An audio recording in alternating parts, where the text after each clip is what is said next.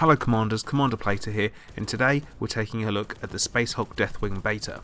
If you don't know what Space Hulk is, Space Hulk Deathwing is a game based on the Games Workshop tabletop game by the same name, Space Hulk. In Space Hulk Deathwing, the single player campaign, you're following a Space Marine psychic power user called a Librarian. Now, Space Marines are a genetically engineered super soldier fighting for the protection of the human race in the 41st millennium. And that's all based within the Warhammer 40,000 universe.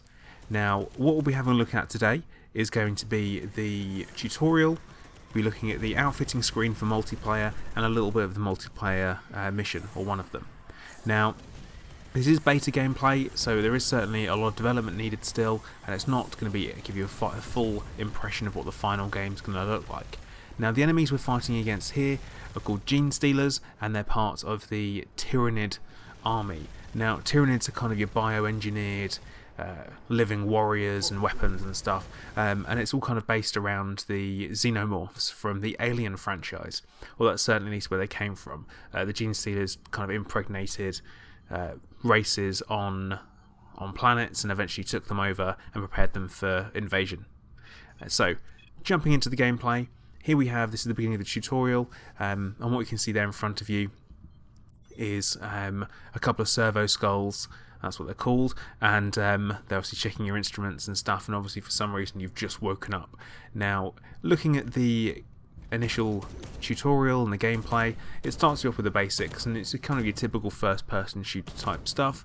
You can zoom in, you're armed with a Storm Bolter, which is essentially a fully automatic twin barreled weapon, firing semi-explosive shells. You also have a Force Sword.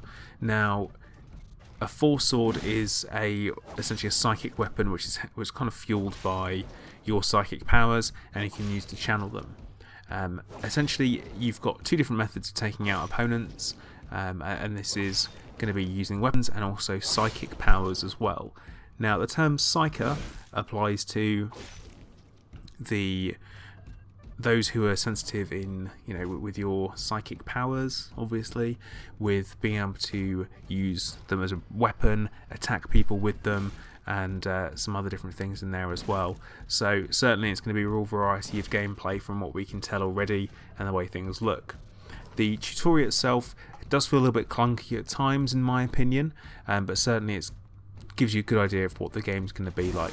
The tutorial itself isn't perfect, and they don't tell you what the controls are when it tells you to do something. It doesn't necessarily give you a full example or walkthrough, and that's going to be in particular later on. It's something that I had to work out for myself. It tells you to use a certain function, and I have to go back to the menu, have a look to see what the key binding is, and then go back and give it a go.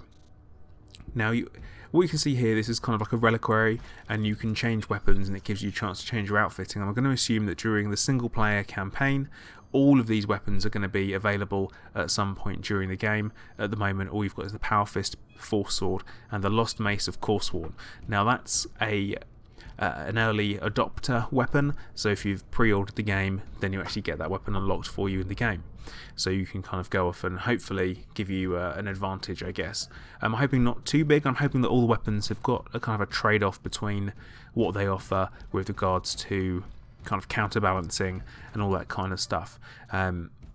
So there are different ways of handling doors. You can either open them manually, you can punch your way through them, or you can block them. Now, if you come against a door and you don't want to be attacked from behind, then obviously blocking the door and locking it's going to make a lot of sense. And I think that's going to be what it's like. It's that kind of strategy, making sure you're channeling enemies in only one point, because certainly when you're playing the game, you don't want Gene Stealers all running up behind you and you're fighting enemies on lots of different sides, because that's going to be a bit of a nightmare. So also there's walls you can punch your way through, as you can see here, and that's going to be essentially different ways of handling situations.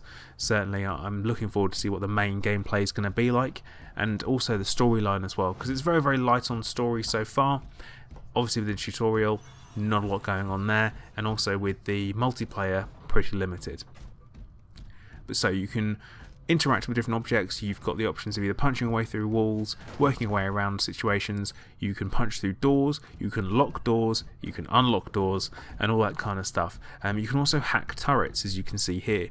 Now this is the the one that I was saying, it wasn't very clear what you should do, but in order to hack a turret, what you need to do is go to the map that you've got equipped in game. You go into that and then you've got the option of hacking it. It took me a while to work that one out, hence why you can see me shooting at it here, not really sure what to do. Eventually I gave in and just shot it to pieces, and obviously that's not the whole point, but you do need to go into the map. At the end of the tutorial you do have a kind of, I guess, a final test, and it's all about how quickly you can destroy these enemies, and the whole thing is timed. So at the end of it, you're given a rating, and it chooses the difficulty of the game for you, and from then on. Now, what you can see is when I zoom in, you can see me lighting up the enemies with kind of like an almost thermograph, so you can see where they are and all that kind of stuff. And there are lots and lots of different options of what you can do to take on enemies. I didn't actually use any of the psychic powers in this particular run, which wasn't particularly great, I guess, right until the very end. But there you go. So that's basically the tutorial almost done. It does give you an example of what it's like, because in every squad you will have an apothecary. I know it seems really, if you're unfamiliar with the 40,000 universe, then it's going to be a bit odd, I'm sure, with the names of everything. But they can heal you, and you can also give them all your squad mates orders and stuff like that to open doors for you, lock doors, unlock things, and all that kind of stuff. Heal you, heal each other. So that's pretty cool. So far I'm pretty impressed with the game. I do like the way it looks. It has a very distinctive style.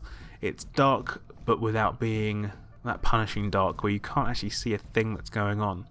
And one of the taglines is, in the grimdark future there is only war, and that's one of the taglines for Warhammer 40,000, or at least it used to be. Not sure if it is now, I haven't played it for quite a long time. So next up we're going to be taking a little look at the squad selection screen that when you go into the multiplayer, and in these you get to choose your class, and you can kind of ready up, and I'll look at different classes here. So the first one is the assault class you've got, where you're armed with an assault cannon. This is this is the actual assault class, and you can arm yourself with different weapons: Thunderhammer, Mace of Absolution. I'm guessing this is a bit of a relic weapon. Then you've got the Assault Cannon Trooper, or the Heavy Weapons Trooper, sorry, and you've got the Assault Cannon, Vengeance and Plasma Cannon. You've got the Psyker, who is the Librarian we're talking about, and the Force Sword and the Force Axe. Axes are typically slower but more powerful. And then we've got the Tactical Trooper, and you've got the option of a Stormbolt or the Spear of Caliban. I have no idea what the Spear of Caliban is. It'll be interesting to see what that is in the full game when it unlocks. Also, you do have the option of being an Apothecary, which you can see here on the screen, that guy on the left is.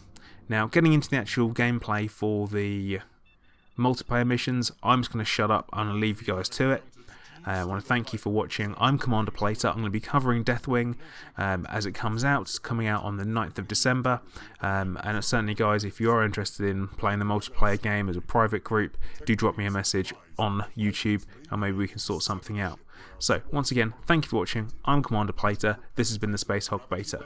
Thank you for watching. Commander Plater out. To prevent this, we must disable the propulsion system in this sector. If the enemy succeed, we will be forced to withdraw and return in another costly breaching assault. Precious time and lives will be wasted. The Emperor abhors failure.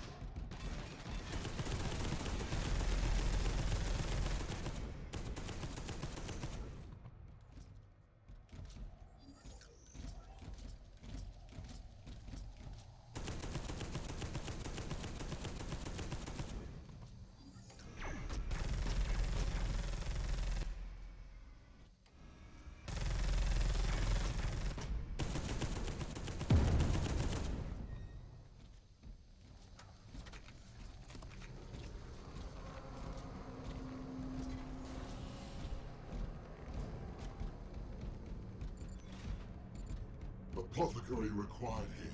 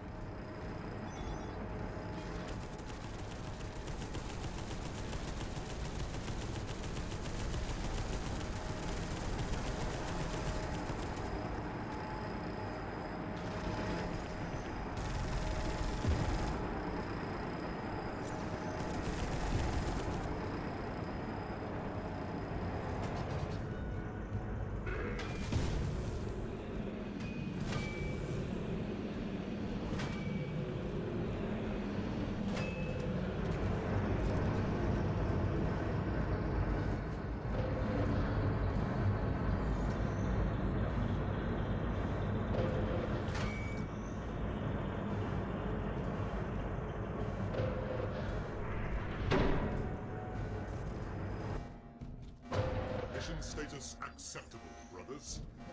Destroy the nest of Xenos in the adjacent battleship. The lion guides our fury. We have to prevent the enemy being reinforced from the nests we have just discovered.